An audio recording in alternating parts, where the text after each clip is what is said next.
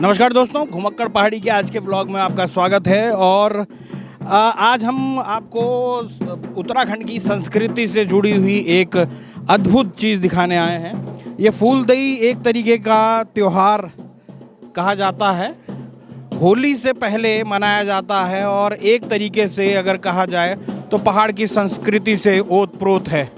तो आप देख सकते हैं तमाम बेटियां जो हैं वो इस तरीके की फूलों की फूल देहरी में रखती हैं। और उसके अलावा आप देख सकते हैं ये जो आयोजन है वो अपने आप में बेहद अनूठा है।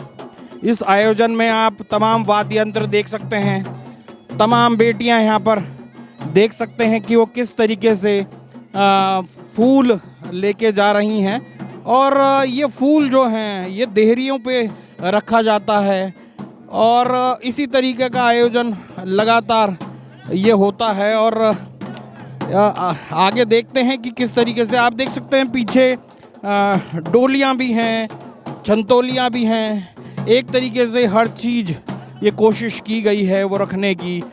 तो दोस्तों, फूलदेई एक ऐसा त्यौहार है जो अपने आप में उत्तराखंड की संस्कृति को परिपूर्ण करता है। अपने आप में उत्तराखंड की संस्कृति के हर रूप को दिखाता है।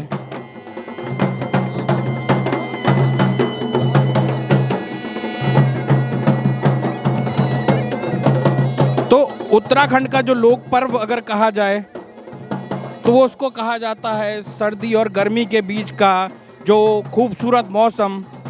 फ्यूली, बुरांस और बासिंग के पीले, लाल, सफ़ेद फूल और बच्चों के खिले हुए चेहरे, फूलदेई से यही तस्वीर सबसे पहले जहन में आती है।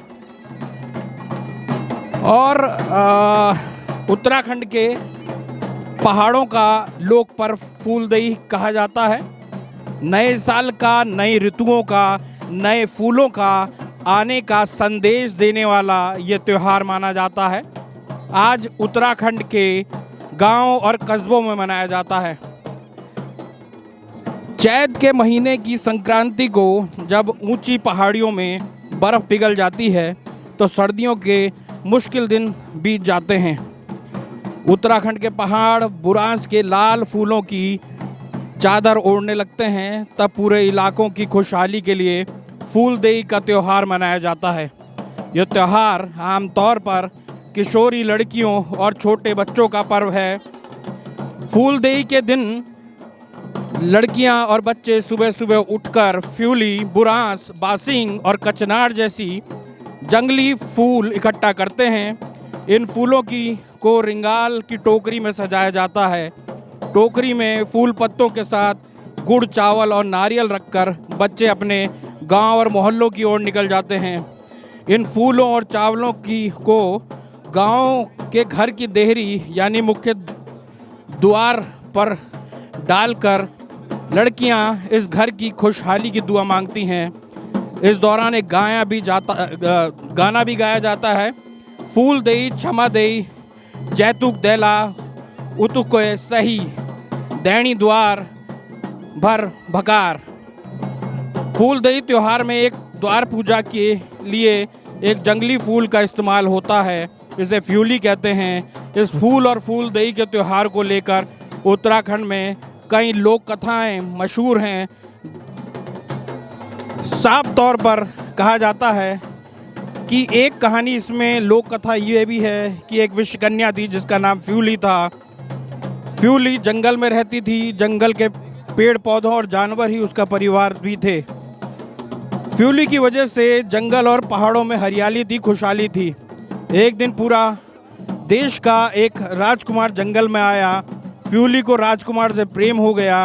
राजकुमार के कहने पर फ्यूली ने उससे शादी कर ली और पहाड़ों को छोड़कर उसके साथ महल चली गई। फ्यूली के जाते ही पेड़ पौधे मुरझाने लगे, नदियाँ सूखने लगी और पहाड़ बर्बाद होने लगे। उधर महल में फ्यूली खुद बहुत बीमार रहने लगी। उससे राजकुमार से उसे वापस पहाड़ छोड़ देने की विनती की, लेकिन राजकुमार उसे छोड़ने को तैयार नहीं था और एक दिन फ्यूली मर गई। मरते मरते उसने राजकुमार से गुजारिश की कि उसका शव पहाड़ में ही कहीं दफना दें। फ्यूली का शरीर राजकुमार ने पहाड़ की उसी चोटी पर जाकर दफनाया जहां से वो उसे लेकर आया था। जिस जगह पर फ्यूली को दफनाया गया, कुछ महीने बाद वहां एक फूल खिला जिसे फ्यूली नाम दिया गया। इस फूल के खिलते ही पहाड़ फिर हरे होने लगे, नदियों में पानी फिर लबालब भर गया। पहाड़ की खुशहाली फ्यूली के फूल के रूप में लौट आई। इसी फ्यूली के फूल से द्वार पूजा करके लड़कियां फूलदेई में अपने घर और पूरे गांव की खुशहाली की दुआ करती है। तो अगर कुल मिलाकर अगर देखा जाए तो काफ़ी कुछ इस त्यौहार से आप समझ सकते हैं कि उत्तराखंड की संस्कृति को काफ़ी हद तक ये जो त्यौहार है वो अपने आप में काफ़ी हद तक इस संस्कृति को बताने के लिए काफ़ी है। और आप देख सकते हैं कि बच्चे एक घर में जा रहे हैं अपनी तमाम कोशिशें करते हुए। आप देख सकते हैं इस समय यहाँ पर मौजूद हैं प्रदेश के पूर्व मुख्यमंत्री त्रिवेंद्र सिंह रावत, और वो उन बच्चों का इसी तरीके से स्वागत करते हुए, सत्कार करते हुए, बच्चों का स्वागत सत्कार किया जाना बहुत ज़रूरी है। और आप देख सकते हैं फूलों की टोकरी, पीछे डोली और उसके साथ छंतोली। तो ये तमाम चीज़ें हैं जो साफ तौर पर नज़र आता है कि इस तरीके के जो त्यौहार हैं वो ज़रूर मनाए जाने चाहिए, और इस तरीके के त्यौहार से उत्तराखंड की संस्कृति आगे भी बढ़ती रहेगी। तो अभी आगे चलते हैं, देखते हैं कि क्या कुछ होता है इस पूरे पर्व में।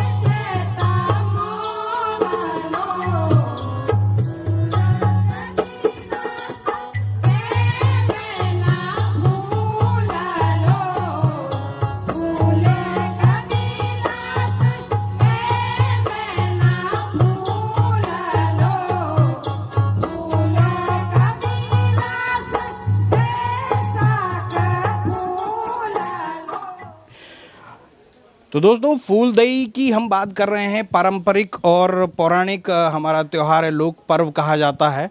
मेरे साथ मैठाणी जी हैं। मैठाणी जी की ही पहल है कि उत्तराखंड में इसको पहचान मिल रही है। हालांकि पौराणिक है लेकिन लोग भूलते जाते हैं। लेकिन कहीं ना कहीं पहले सीएम आवास, राजभवन में कोशिशें शुरू हुई, आज कई राज्यों में इसको लेकर उन्होंने अभियान चलाया। किस तरह देखते हैं मैठाणी जी अपने इस अभियान को और कितना सफल हो पाया है? मैं ये कहूँगा कि अभी भी बहुत मेहनत की ज़रूरत है। कि जिस तरह से ये 2004 में मैंने गोपेश्वर से शुरू किया था तो तब बहुत मेहनत करनी पड़ी। फिर 2012 में मुझे पहाड़ से मैदान में उतरना पड़ रहा यानी कि देहरादून में आना पड़ा। तो देहरादून में भी आकर के शुरुआती दौर में बड़ी मेहनत करनी पड़ी। जब वो मेहनत हुई तो 2012 के बाद फिर 14 में राजभवन और मुख्यमंत्री आवास में फिर एक नई परंपरा शुरू की। तो मैं ये कहूँगा कि फूलदेई जो मनाने का जो अभियान है, इसको परंपरागत एक नए अभियान भी मैं इसके साथ जोड़ता गया। तो उत्तराखंड के मुख्यमंत्री आवास और राजभवन में भी ये परंपरा जो शुरू की है वो इसी मुहिम से शुरू हुई है 2014 से। फिर उसके बाद ग्वाल पूजिए, इसके बाद की वो मुहिम शुरू हुई, वो भी शुरू किया। आज एक नई मुहिम आपके सामने शुरू हो गई है कि अब हर साल फूलदेई आह्वान संध्या भी होती रहेगी। क्योंकि फूलदेई से पहले हमारे यहाँ पहाड़ों में बच्चे फूल लेके आते हैं, फिर वो देवी माँ के सामने रखते हैं या भगवान के सामने रखते हैं और दूसरे दिन उन फूलों को घर घर जाकर के देहरियों पे सजाते हैं। शुभ का प्रतीक होता है वो। कहानियाँ भी बहुत प्रचलित हैं कि भाई क्यों फूली का वो किया गया, और इसके अलावा जिस तरीके से हम इस पूरे आयोजन को करते हैं, कितना आपको लगता है कि गर्व का अनुभव होता है कि एक धरोहर को, एक पर्व को आप फिर से जीवित करने की कोशिश कर रहे हैं? मैं ये कहूँगा कि गर्व तब होता है कि जब उसके कुछ रिजल्ट आने होते हैं, आने लगते हैं। शुरुआती दौर में तो निराशा होती थी, लेकिन आज गर्व ये होता है कि मेरी इस मुहिम के बाद तमाम संस्थाएं आगे आ गई हैं। अब हर कोई कहता है कि हम भी कर रहे हैं, लेकिन इसका मतलब हम सफल हो गए। हम यही चाह रहे थे कि हर आदमी ये कहे कि फूलदेई हो। लोग एक चीज़ कहते हैं कि भाई बिहार का छठ पर्व दिल्ली में क्यों और उत्तराखंड में क्यों, उत्तर प्रदेश में क्यों? मैं कहता हूँ हर त्यौहार प्रदेश के हर प्रांत में होना चाहिए। क्योंकि उत्तराखंड का मैं जब अपना फूलदेई का पर्व महाराष्ट्र, गुजरात, हिमाचल और आपके राजस्थान में स्थापित कर सकता हूँ तो वहाँ के यहाँ क्यों नहीं हो सकते हैं? स्वीकार्यता होनी चाहिए और उसकी खूबसूरती को हमें लेना होगा। छठ पूजा कोई बुरी पूजा नहीं है, फूलदेई की पूजा कोई बुरी पूजा नहीं, ये परंपराएं हैं। और मैं सोचता हूँ जिस व्यक्ति ने अपनी परंपराओं से दूरी बनाई, अपनी सभ्यता और संस्कृति से दूरी बनाई, उसका अस्तित्व भी समाप्त होता जाता है। ये मेरा मानना है। तो ये थे शशि भूषण मैठाणी जी। आप बिजी हैं तो इसलिए आपको जाने के लिए मैं कह देता हूँ। तो कहीं ना कहीं एक कोशिश ये रही है इस परंपरा को बचाए रखने की। आगे भी इस परंपरा को इसी तरीके से जीवित रखेंगे, मुझे उम्मीद है। तो आज के इस व्लॉग में इतना ही। मिलते हैं किसी और वीडियो में, तब तक के लिए नमस्कार।